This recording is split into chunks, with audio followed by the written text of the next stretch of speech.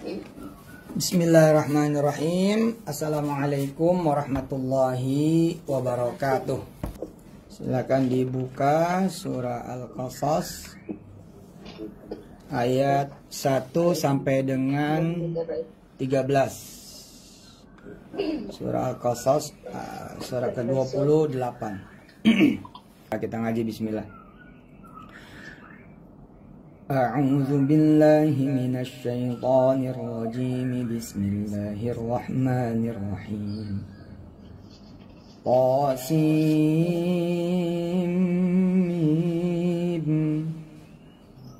Tilka ayatul kitabil mubin. Natlu 'alaika min naba'i Musa wa Fir'auna bil haqqi liqaumin yu'minun. Inna Fir'auna 'ala fil ardi wa ja'ala ahlaha syi'a وجعل أهلها شيعا يستضعف طائفة منهم يذبح أبناءهم ويستحيي نساءهم إنه كان من المفسدين. ونريد أن نمن على الذين استضعفوا في الأرض ونجعلهم أئمة ونجعلهم الوارثين. ونريد أن نمن على الذين استضعفوا في الأرض ونجعلهم أئمة ونجعلهم الوارثين. ونمكن لهم في الأرض ونري فرعون وهامان وجنودهما منهم ما كانوا يحذرون. وأوحينا إلى أم موسى أن أرضعيه فإذا خفت عليه فألقيه في اليم ولا تخافي ولا تحزني إنا رادوه إليك وجاعلوه من المرسلين. فالتقطه آل فرعون ليكون لهم عدوا وحزنا إن فرعون وهامان وجنودهما كانوا خاطئين. وقالت امرأة فرعون قرة عين لي ولك لا تقتلوه عسى أن ينفعنا أو نتخذه ولدا وهم لا يشعرون. وأصبح فؤاد أم موسى فارغا إن كادت لتبدي به لولا أن ربطنا على قلبها لتكون من المؤمنين. Ayo yang lain belum di mute tuh, ada yang belum di mute. Di mute dulu ayo. Silakan di mute dulu semuanya. Speakernya dimatiin. A'udzu billahi minasy syaithanir rajim. Bismillahirrahmanirrahim. وحرمنا عليه المراضع من قبل فقالت هل أدلكم على أهل بيت يكفلونه لكم وهم له ناصحون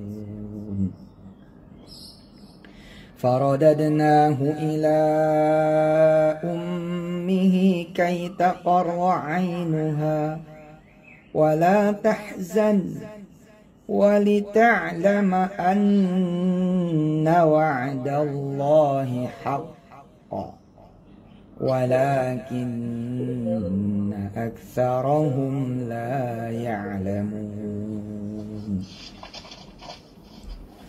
Ya, nggak usah ini, maksudnya tetap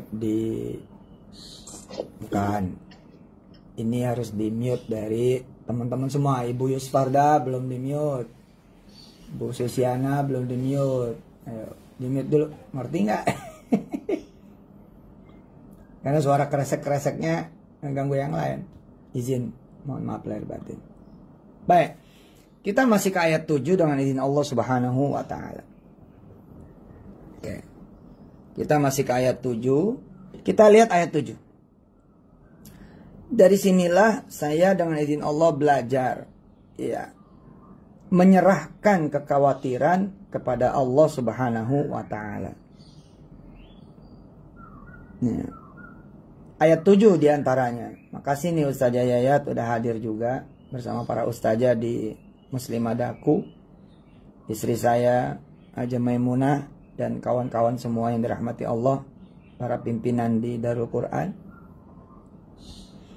Kalau kita baca ayat 7, wa auhayna ila ummi Musa an arbi'i. Kita sama-sama tahu di bagian pertama, 2 dan 3 yang lalu, bahwa ibunya Musa sama seperti Fir'aun dan manusia kebanyakan lainnya. Ya.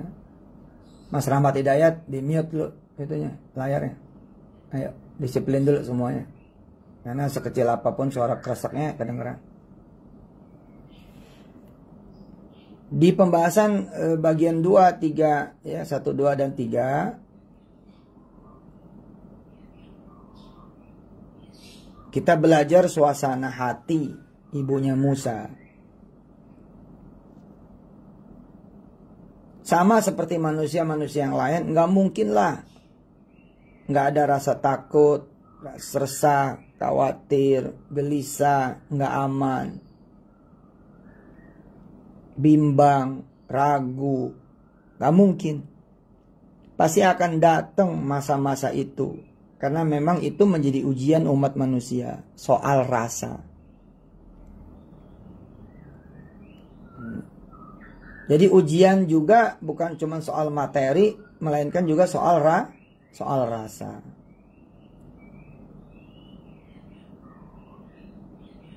Misalkan di dalam ayat 155 surah Al-Baqarah, walanabluwannakum bisyai'in minal apa itu? Minal khawfi. Ya. Coba silakan semuanya buka dulu Al-Baqarah 155. Silakan dibuka Al-Baqarah 155. Silakan. Al-Baqarah ayat 155. Al-Baqarah ayat 155. Pertama kali yang ditampilkan oleh Allah itu al-khawf. Ya, al-khawf. Walanabluwannakum, kami sungguh akan menguji kalian. Ya. Ya. Dari 5 perkara yang diuji kepada umat manusia, nomor 1 yang dikedepankan khauf. Ini soal rasa nih. Takut nggak diterima, takut nggak lulus, khawatir nggak makan, takut sama urusan anak, khawatir sama urusan anak, takut sama urusan rizki. Oke, kita lanjut. Maaf ya. Bismillah. Nah, karena kekhawatiran itu adalah ujian juga dari Allah, Dan kita sebaiknya langsung menyerahkan kepada Allah. Jangan sampai mampir. Ketakutan, kekhawatiran, keresahan, kegelisahan. Jangan sampai mampir. Mampir kemana? Ke kepala, ke otak, ke akal, ke pikiran. Pecah kita. Pecah.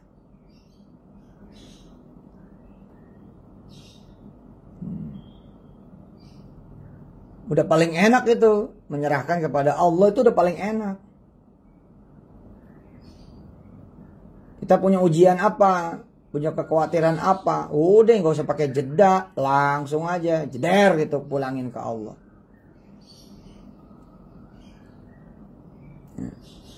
Gak usah pakai kemudian nunggu nanti gitu.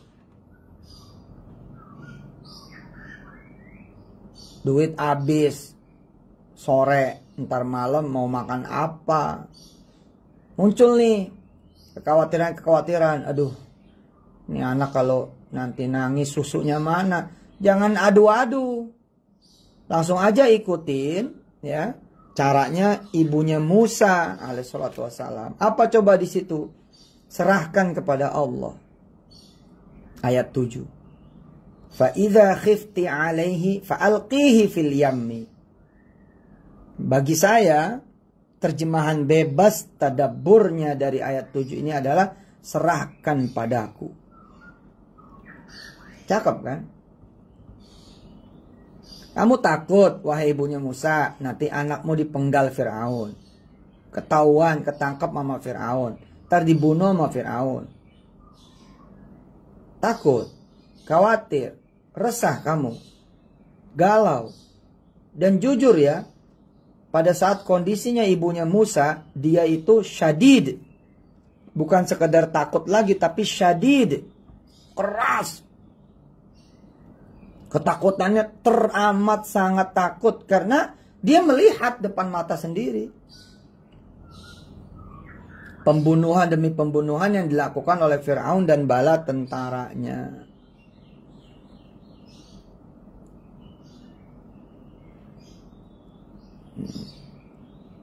Bisa ditulis tuh di chat ya, di kolom komen. Tiap menit ada kesimpulan apa yang bisa diambil, yang bisa ditulis. Allah kemudian mengajarkan kepada Nabi Allah Musa punya ibu, yakni ibunya Musa yang tidak disebut nama di sini.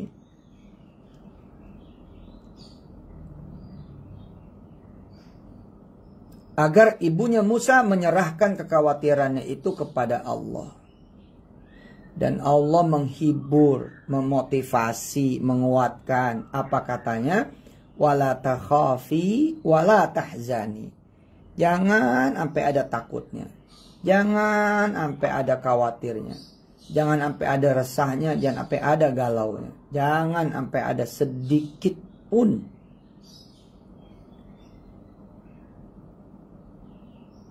ketidaktenangan. Aku Allah, begitu kira-kira bilang kepada ibunya Musa, serahkan padaku. Jangan kamu khawatir, jangan kamu takut. Jangan kamu resah, jangan kamu sedih. Nah, ketika kita kemudian tadi ya, sore ini misalkan kita izin Allah nih nggak punya makanan buat tar malam.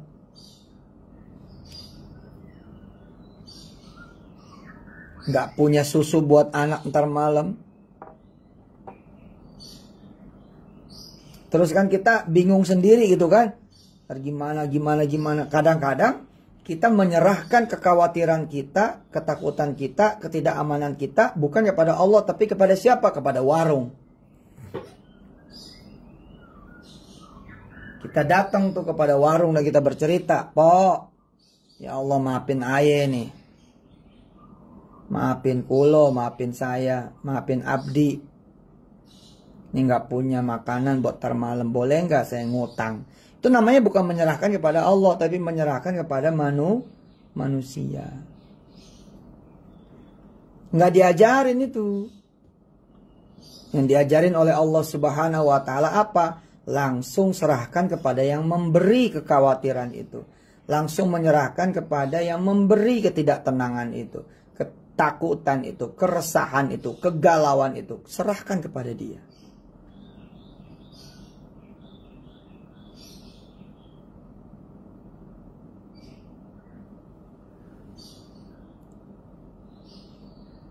Kalau kita sudah serahkan kepada Allah Subhanahu wa taala, janji Allah apa coba? Bukan cuman akan di take over oleh Allah urusannya, bakal dilebihin. Istilahnya Allah bilang ya dengan ayat inna radduhu ilaiki wa ja'iluhu minal mursalin. Kan kalau dalam konteks ibunya Musa, kata Allah apa? Allah berfirman apa di sana di ayat 7 surah Al-Qasas? Nanti aku akan pulangin Musa kecilmu itu. Kami akan kembalikan Musa kecilmu itu.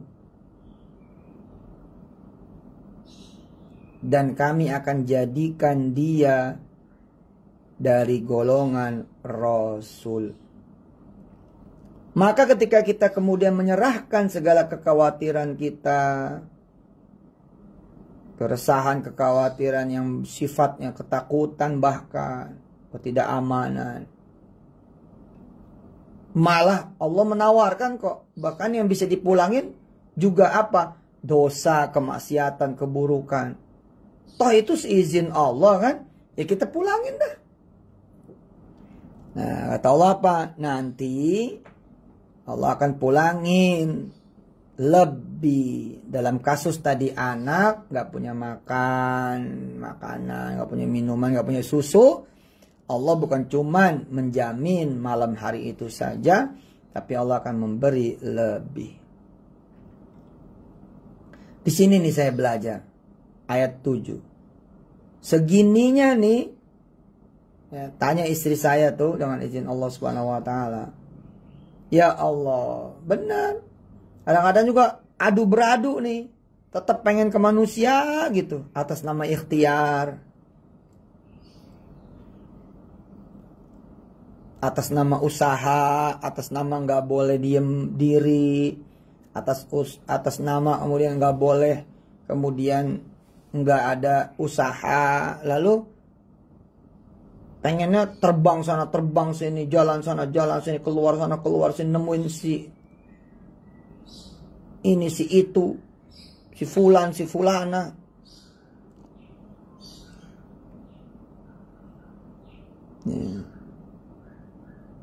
Bismillah dah gitu. Lari deh ke Allah. Ikutin tuh petunjuk Allah Subhanahu wa taala. Kalau ayat 6, terus mundur ke ayat 5 dan 4. Coba dilihat ayat 6. Dilihat lagi ayat 6. Ini yang di Instagram dan di Facebook. Mudah-mudahan dengar suaranya ya. Mudah-mudahan dengar suaranya. Memang nggak pakai video, suara doang. Lihat ayat 6 surah Al-Qasas. Kekhawatiran yang sama. Ya, maksudnya ada kekhawatiran juga, ada ketakutan juga, ada ketidakamanan juga. Ada bayangan masa depan yang jelek banget juga pada Fir'aun, Haman dan tentaranya. Tapi mereka tidak menyerahkan ke Allah. Lalu bawa cara-caranya sendiri. Nah, ayat 4 itu cara-caranya sendiri. Ayat 4 adalah wujud dari ikhtiarnya Fir'aun, Haman, dan tentaranya untuk mengatasi ketakutan, kekhawatiran, ketidakamanan, kegalauan, bayang-bayang jelek masa depan. Itu ayat 4 tuh. Fir'aun dibayang-bayangin kan oleh berita, mimpi, impian, isyarat bahwa nanti dia akan digulingkan, dijatuhkan, dihancurkan oleh seorang anak laki-laki yang lahir, yang besok akan menjadi penumbang dia. akan menjadi lawannya dan mengalahkan dia. Karena Fir'aun gak kenal Allah, gak tahu Allah, bagaimana dia bisa mengimani Allah? Gak mungkin kan? Dia lalu pakai cara-caranya sendiri. Nah, kita kalau mau belajar dari ayat 6, kalau pakai cara-caranya sendiri, meskipun kelihatannya bakal berhasil, kan sapu bersih tuh Fir'aun. Satu negeri Mesir, bukan cuma anak-anak yang dibantai dan dibunuh. Bayi, anak kecil, remaja, bukan cuma mereka yang dibunuh, dibantai. Tapi juga siapa? Kaum perempuan. Para istri dari para suami. Para ibu apalagi kalau dia hamil. Kemudian yang laki-lakinya pun dipisahin, dijadikan budak. Nggak dikasih makan. Tapi suruh kerja. Digambarkan oleh Allah di dalam ayat 4. Inna fir'auna ala fil ardi. Wa ja'ala ahlaha syia'a. Yastad'ifu ta'ifatan minhum. Yudhabbihu abna'ahum. Wa yastahyi nisa'ahum. Innahu kana minal mufsidin. Kalau kita ngikutin modelnya Fir'aun, Haman, dan bala tentaranya, apa yang terjadi kawan-kawan semua yang dirahmati Allah? Bisa jadi langkah itu kelihatannya benar, kelihatannya bagus, kelihatannya sempurna, tapi ternyata makin jauh. Al-Qasas ya, surah ke-28. Udah 4 episode sampai hari ini. Kita udah 3 episode yang lalu. Kita masuk episode keempat. Tapi kalau yang kita ikutin adalah ayat 7.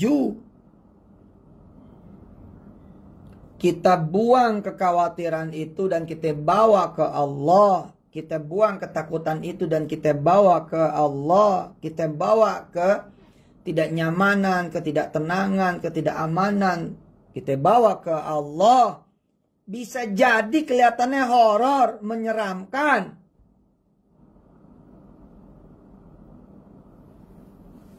Tapi nanti kita akan lihat keajaiban-keajaiban dari pertolongan, bantuan, keamanan, perlindungan Allah Subhanahu wa Ta'ala.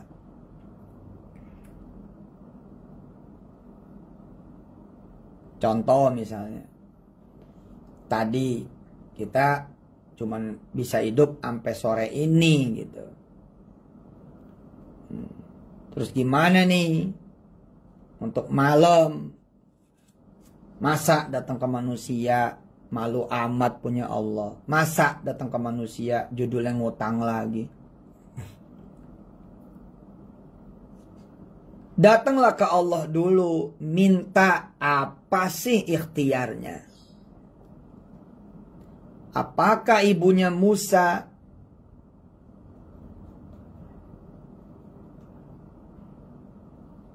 tidak berikhtiar? Salah kawan-kawan yang dirahmati Allah. Ibunya Musa berikhtiar.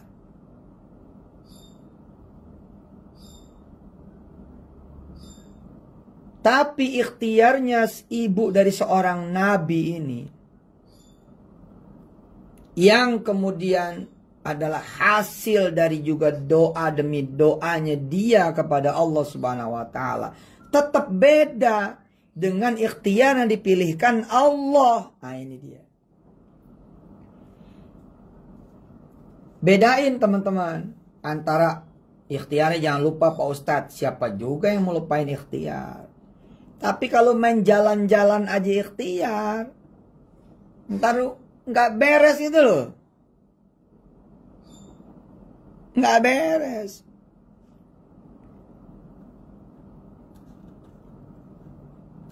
Nanti judulnya kita jadi ngutang, jadi ngemis, jadi tambah kalut, psikis kita hancur, perasaan kita juga hancur, pikiran kita juga hancur, gelap berganda, stres, mati sendiri ntar.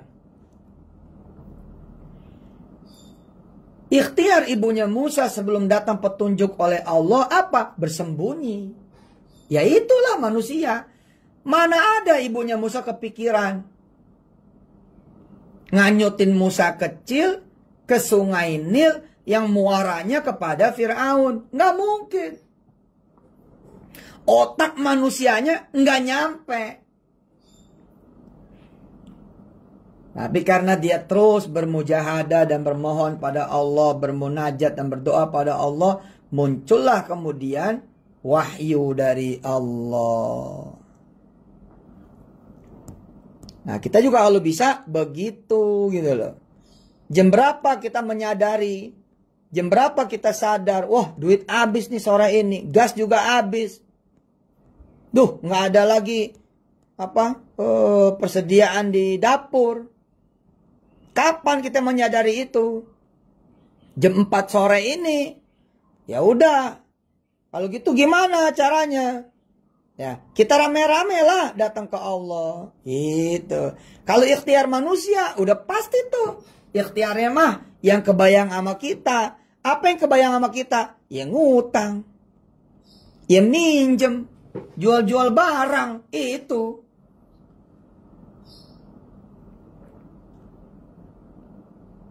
Jangan, bos. Kita nunggu nih ikhtiar ayat 7 gitu loh. Beyond gitu loh. Ya. Kita menunggu ikhtiar yang ditunjukkan oleh Allah yang unpickable gitu loh.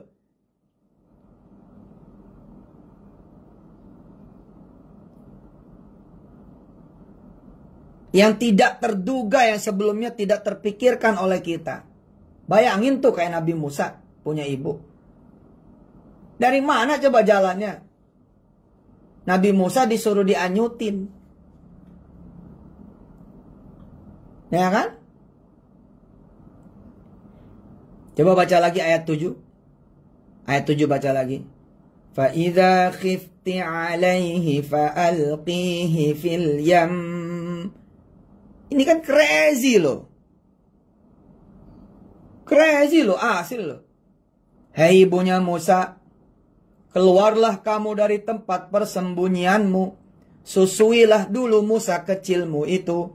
Lalu kemudian anyutkanlah ke dalam sungai. Ya Allah. Sementara tahu ibunya Musa, kalau sungai itu muaranya ke istana Fir'aun.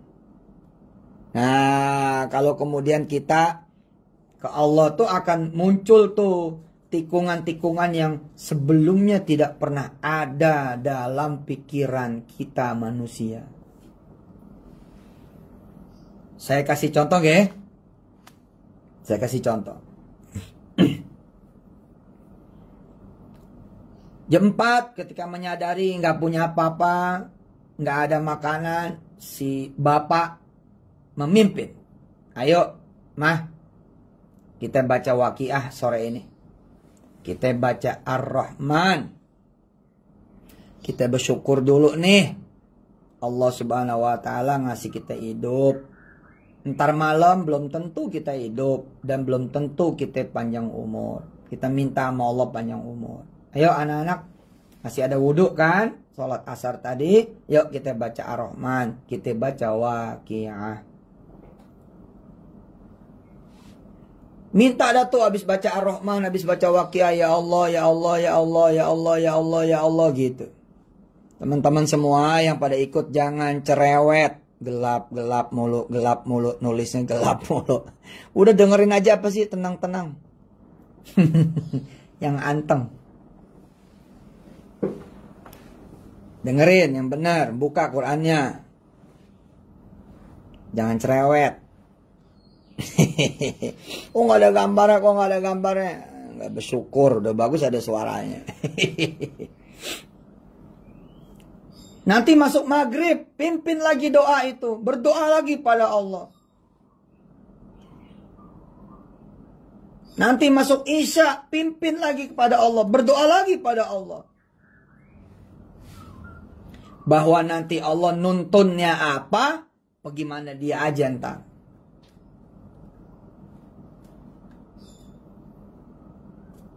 Bagaimana Allah aja udah. Nanti bagaimana judulnya. Abis isya, alhamdulillah.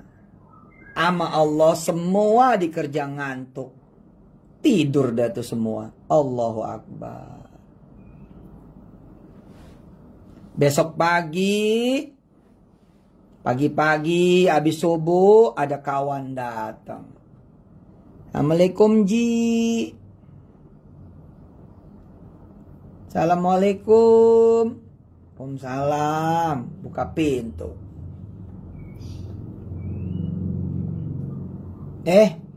Bang Haji apa kabar? Baik. Boleh masuk gua nih? Boleh Bang Haji. Bawa apaan tuh?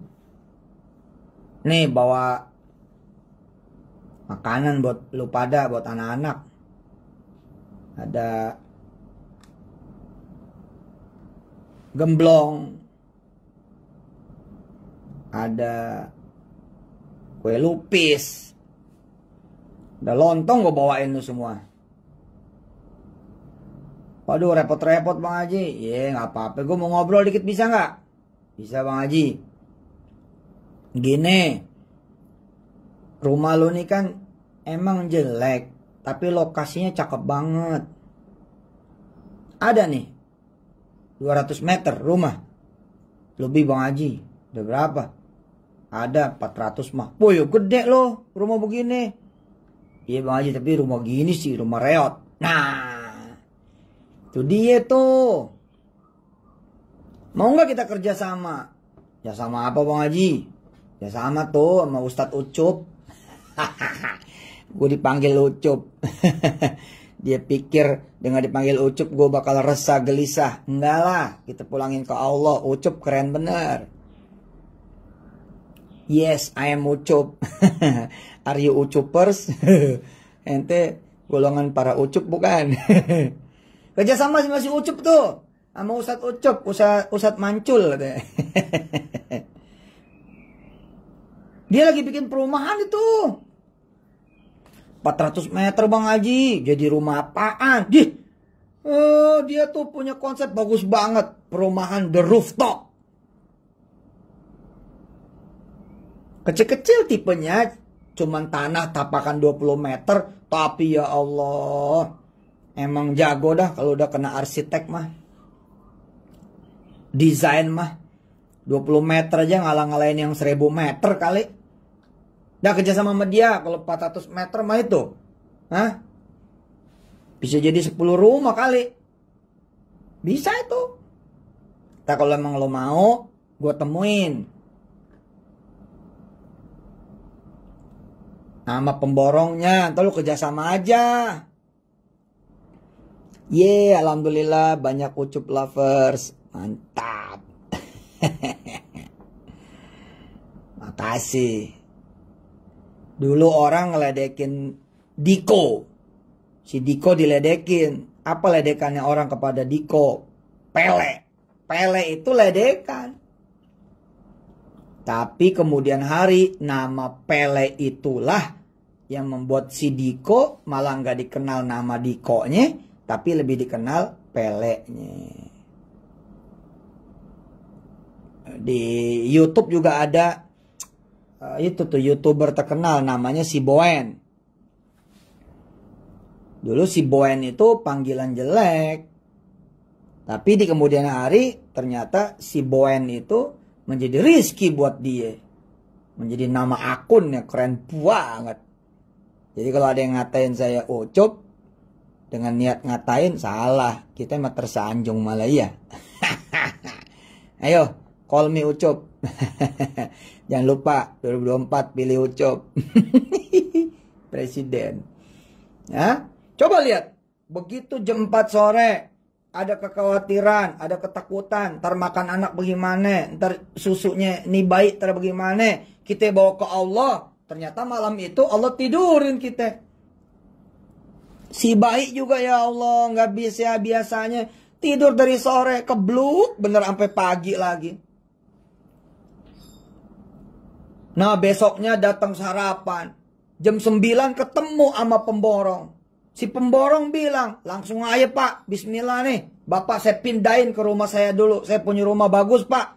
Langsung kita robohin aja Pak, rumah Bapak. Main robohin aja. Entar kita tinggal di mana? Beres Pak. Bapak tinggal dulu di rumah saya. sama keluarga Bapak. Saya jamin hidupnya Bapak sampai klaster ini jadi. Dan nanti kita bagi hasil. Luar biasa. Allahu Akbar. Keren. Nggak kebayang dong. Nggak kebayang lah. Nggak kebayang. Makanya sering-sering menyerahkan kepada Allah. Nah, ini iPhone temperaturnya naik.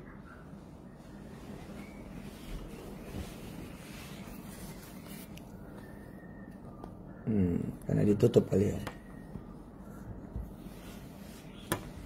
Ya. Bismillah walhamdulillah wala haula wala quwata illa billahil aliyil azim. Ayo teman-teman. Perkuat betul penyerahan diri kita pada Allah, perkuat betul ketawakalan kita kepada Allah, dan jangan sampai kemudian pembahasan ini menjadikan kita punya citra nggak ada ikhtiar, nggak ada usaha. Siapa juga yang nggak mau usaha? Tapi masa ngutang disebut usaha? Masa datang kepada orang disebut usaha? Malu amat sih. Ya saya juga malu nih sama diri saya. Beneran. Coba kalau saya sempurna melakukan ini. Agak ada utang sama sekali kali. Justru karena saya ngalamin nih, saya ngajarin. Ayo.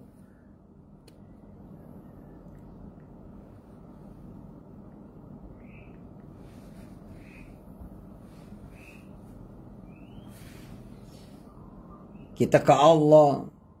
Kita ke Allah. Kita ke Allah. Ayo. Langsung kita ngomong. Langsung kita serahkan kepada Allah. Biarin, nanti di-upload dari Facebook. Bismillah. Hadirin yang dirahmati Allah. Luar biasa ini, kajian ini.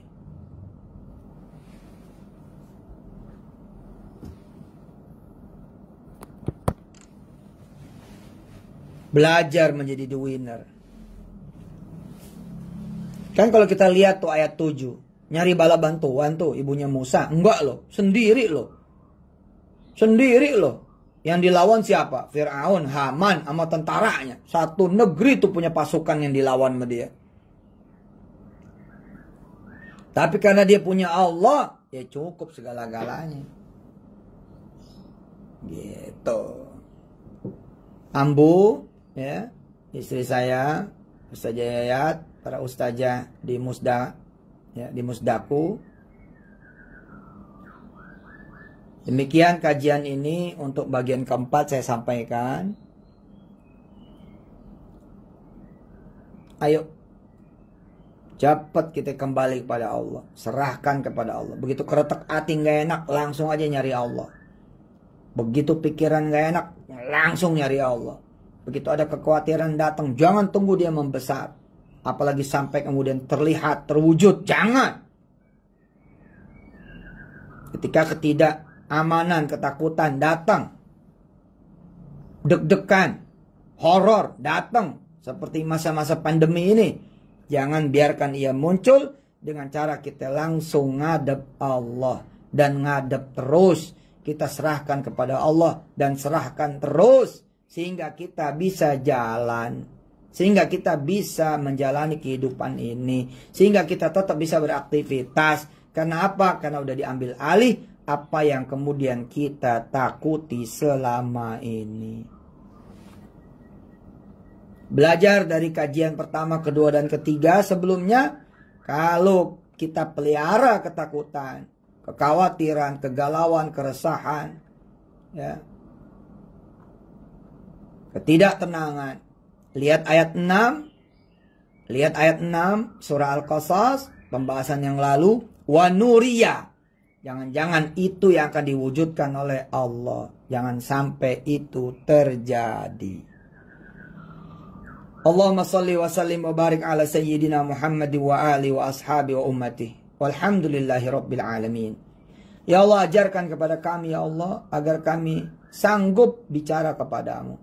Sanggup ngomong kepadamu. Sanggup datang mendekat dan meminta kepadamu. Agar apa yang kami pikirin, yang menjadi pikiran kami, apa yang menjadi beban kami, apa yang kami resahkan, apa yang kami rasa sebagai kekhawatiran, kekalutan, kegalauan, ketidaktenangan. Apa kek dalam urusan kami, bayaran anak lah, SPP anak lah, biaya masuk anak lah, ujian ini, ujian itu. Tetangga, saudara, kerabat, keluarga, anak, orang tua, mantu, mertua, kerjaan, modal, warung, resto, pabrik, kantor.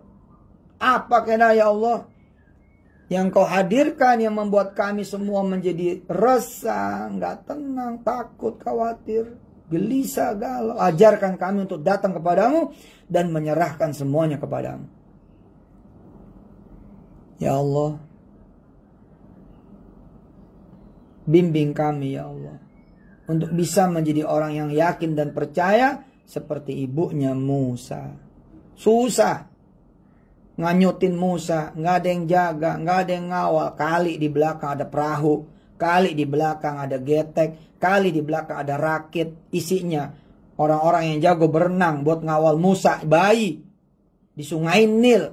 Nggak ada loh. Kali nanti ada yang jemput orang dalam istana Fir'aun untuk ngamanin anaknya ibunya Musa. Nggak ada juga.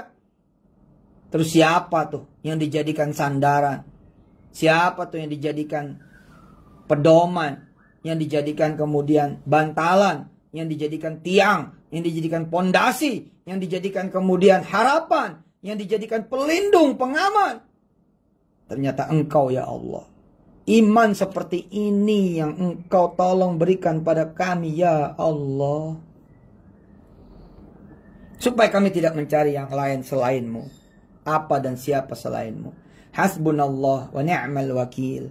Ni'mal maula wa ni'mal nasir. La hawla wa la quwwata illa billahil aliyyil azim. Izinkan kami belajar juga dari surah Al-Qasas ini di ayat-ayat yang berikutnya. Di pertemuan-pertemuan yang akan datang. Di Rabu yang akan datang insyaallah di jam yang sama dengan izin-Mu ya Allah.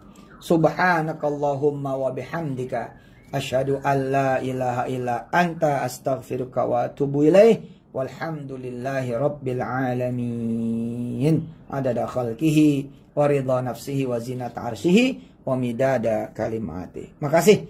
Saya kembalikan kepada Ambu, pada istri saya dan para petinggi atau panitia dari pengajian muslimah Daku ini. Makasih, mohon maaf lahir batin. Hadanallahu wa iyyakum ajma'in. Assalamualaikum warahmatullahi wabarakatuh.